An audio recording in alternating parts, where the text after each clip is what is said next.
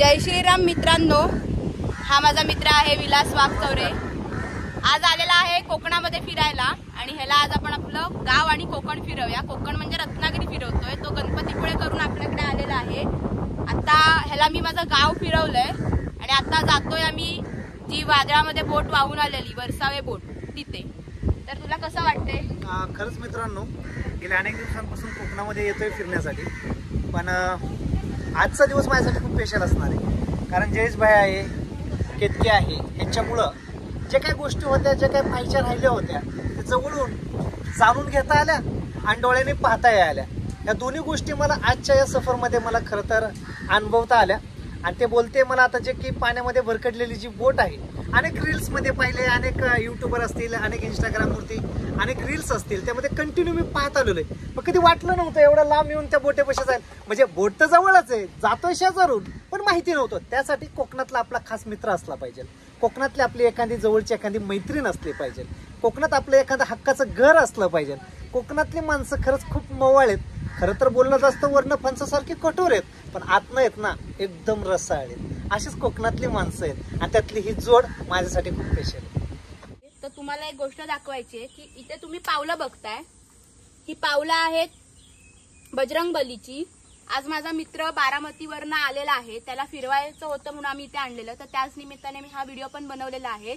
आमच्या गावाची स्टोरी अशी आहे की बजरंगबली जेव्हा द्रोणागिरी पर्वत घेऊन जातात तेव्हा त्या पर्वतामधून मिरी एवढा कण पडतो, काळी मिरी एवढा कण पडतो, म्हणून आमच्या गावाला नाव मिरा पडलं आणि दुसरा भाग जो पडलेला आहे त्याला काळबादेवी बोललं जातं। जर कधी तुम्ही मिरार आलात तर आनंदनगर साईडला गणपतीचं मंदिर आहे, त्या मंदिराच्या बॅक साईडलाच ही तुम्हाला पावलं बघायला मिळतील। मित्रांनो, आता मी ह्यांना घेऊन आलेला आहे खाली कॉलनीमध्ये। तर हा सीन बघा कसा आहे, आणि जो तुम्हाला पाठी दिसतोय तो रत्नदुर्गचा किल्ला आहे।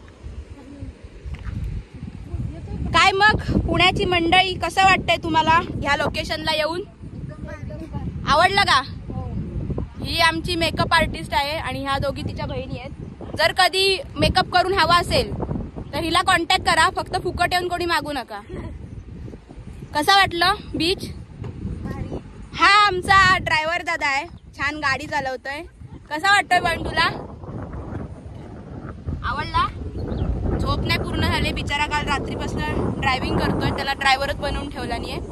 तर बघा मित्रांनो, खाली कसं जायला आहे, इथून खाली जायला रस्ता आहे, पण कसं हा रस्ता फक्त गावकऱ्यांना माहिती आहे, बाहेरच्या लोकांना हा रस्ता माहित नाही। सो बघा खाली व्ह्यू।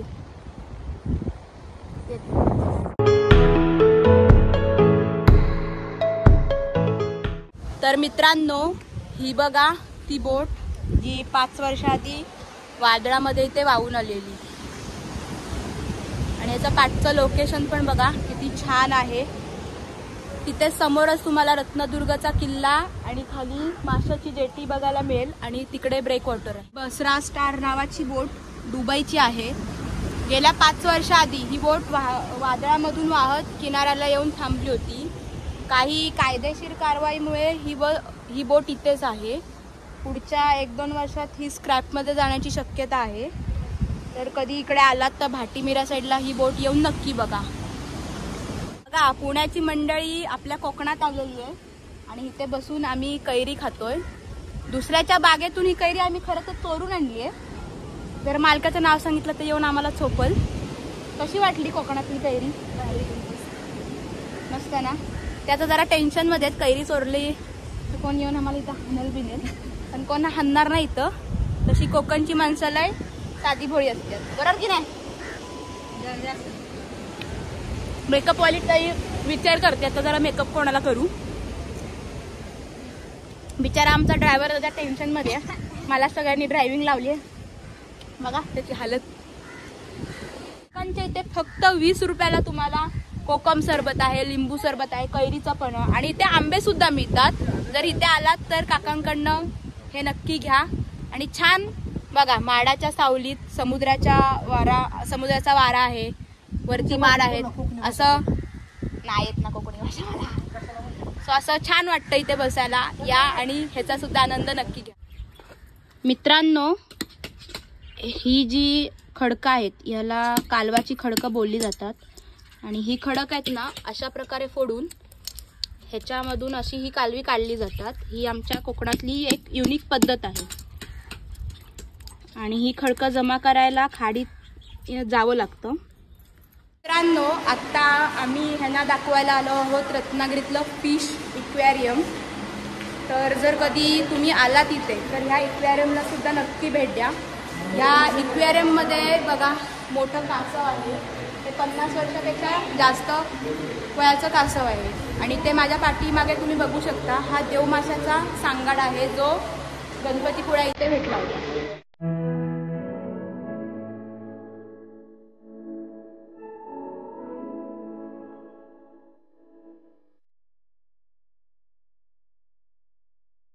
आता सर्व पॉइंट कव्हर करून आम्ही आलेलो आहोत रत्नदुर्ग किल्ल्यावर.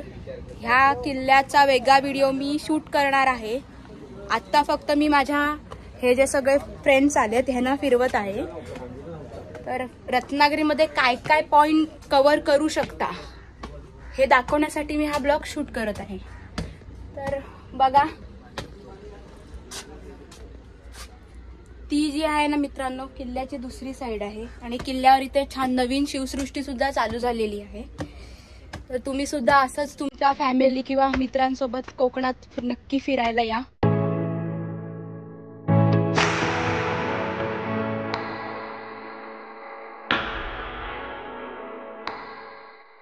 आमचा छोटा मावळा इथे मस्ती करतोय.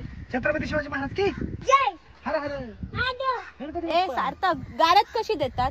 जरा गारद बोलून दाखव ना. आस्ते कदम. हा घे. आस्ते कदम कडपती उपपती प्रजापती अश्वपती अष्टवधान जागृत.